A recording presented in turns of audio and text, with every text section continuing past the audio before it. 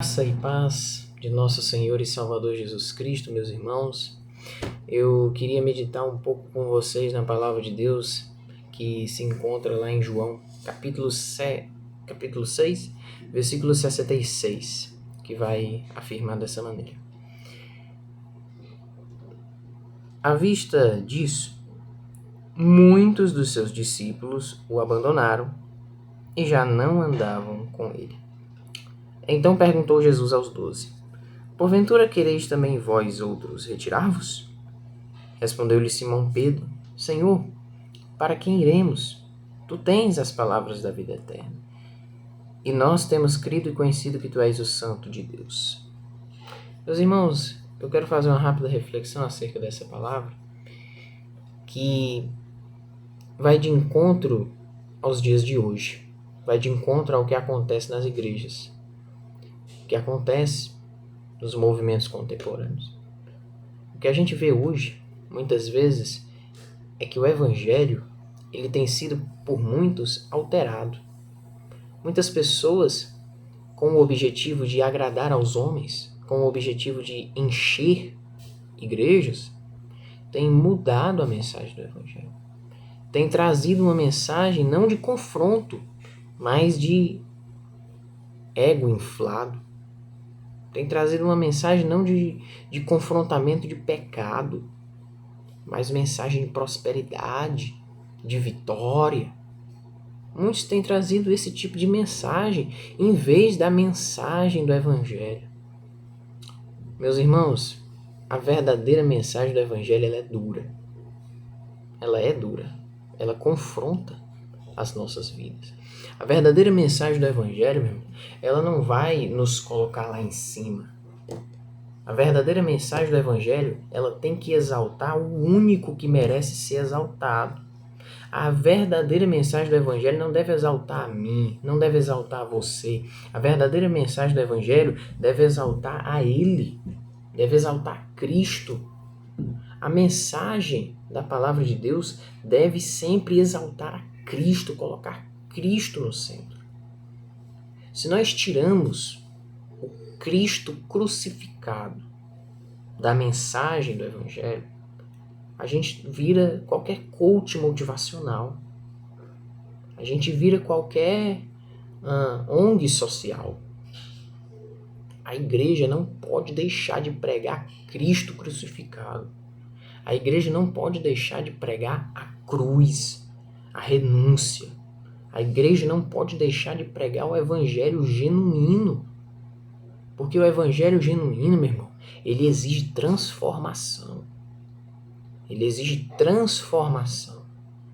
A graça de Deus, a graça que nós recebemos no momento em que nós entregamos a nossa vida a Jesus, essa graça, meu irmão, ela é forte. Ela nos capacita para vencer o pecado. Deixa eu lhe dizer uma coisa. Se alguém diz que foi salvo, se alguém diz que está em Cristo, mas permanece, meu irmão, nas mesmas práticas, permanece, meu irmão, vivendo no pecado, não mudou de vida, eu garanto para você, essa pessoa não foi salva. Essa pessoa não foi alcançada pelo Evangelho. Não há como uma pessoa ser alcançada, ter tido um encontro verdadeiro com Cristo Jesus e permanecer na vida antiga, nas práticas pecaminosas, nas práticas de prostituição, de vícios. Não tem como a pessoa ter sido regenerada, santificada pelo Espírito Santo e permanecer dessa maneira. Não tem como, não há como a pessoa fazer isso. Se a pessoa permanece nessas práticas, ela não foi regenerada. Ela ainda precisa ter um encontro com Jesus e ela precisa ainda que Jesus a transforme. Porque, meu irmão, não é a gente que sozinho vai se transformar. Não é a gente que sozinho vai conseguir. É Cristo que dentro de nós faz a mudança. Mas o que a gente precisa fazer é verdadeiramente deixar com que essa graça opere nas nossas vidas. A gente precisa permitir com que o Senhor faça a mudança na nossa vida. Se a gente resiste a essa graça, se a gente resiste ao Espírito Santo, Ele não vai chegar e fazer a mudança sem que a gente queira. O Espírito Santo, ele nos apresenta o caminho da verdade, ele nos convence que a gente é pecador, miserável, que a gente precisa da graça de Deus. Agora a gente tem toda a capacidade de resistir a ele. A gente tem toda a capacidade de, por nossa miserabilidade e depravação humana, rejeitar o Espírito Santo.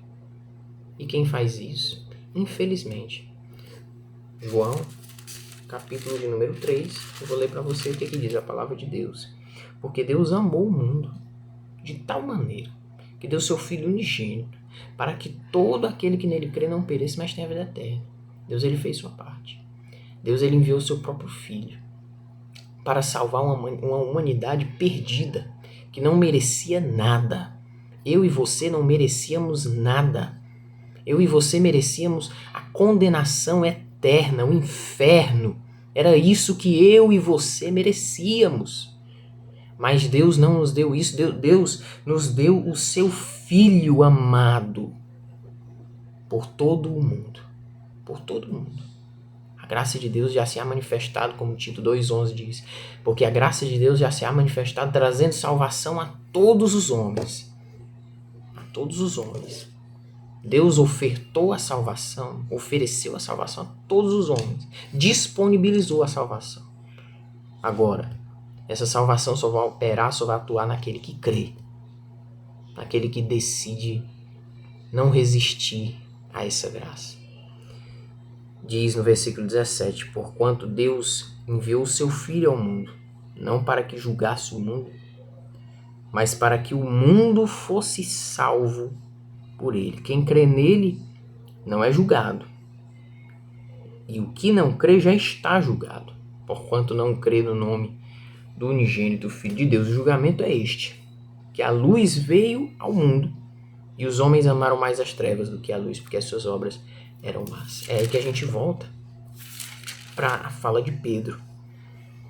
Jesus, ele disse para os discípulos dele, olha, os outros estão indo aí, estão achando a mensagem pesada. Vocês podem ir. Jesus, ele em nenhum momento, ele impede, meu irmão, que você vá. Jesus em nenhum momento. Porque, meu irmão, deixa eu lhe dizer uma coisa.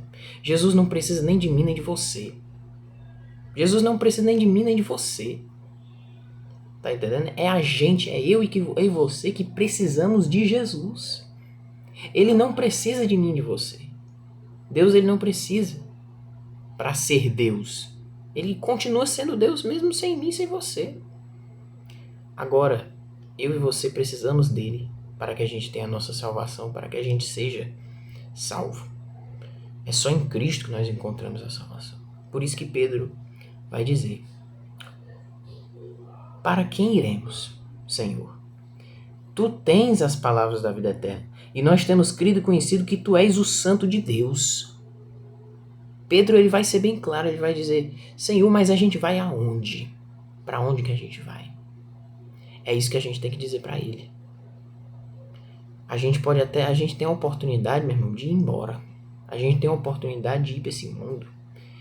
Se você está aí desagradado com a mensagem, se você está aí querendo ouvir uma mensagem coach, pode ir. Pode ir. Deus, ele não vai perder nada. Agora, você vai. Você vai. Por quê? Porque a palavra da vida eterna não está no coach. Não. A palavra da vida eterna não está nesses pregadores de prosperidade. A palavra da vida eterna está aqui, ó. A palavra da vida eterna está aqui. Aqui está a palavra da vida eterna. Só o Senhor Jesus tem palavra de vida eterna. Jesus, ele diz, santifica-os na verdade. A tua palavra é a verdade. Não há outra verdade mesmo. A verdade é Jesus. Ele é a verdade, ele é o caminho, ele é a vida. Não tem o que acrescentar, não tem o que tirar, não tem. É só ele. Somente Cristo. Somente a Escritura. Basta. Não precisa de mensagens coach, de mensagens motivacionais. Não precisa disso. É pregar Cristo crucificado. Muitos vão embora quando se pega Cristo crucificado.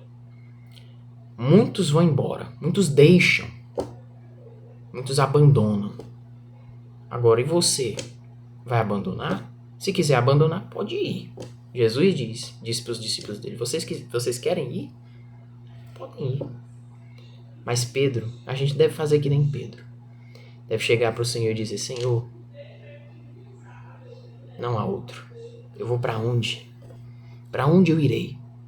Se a palavra da vida eterna, se a fonte inesgotável da vida está somente em Cristo, para onde eu irei?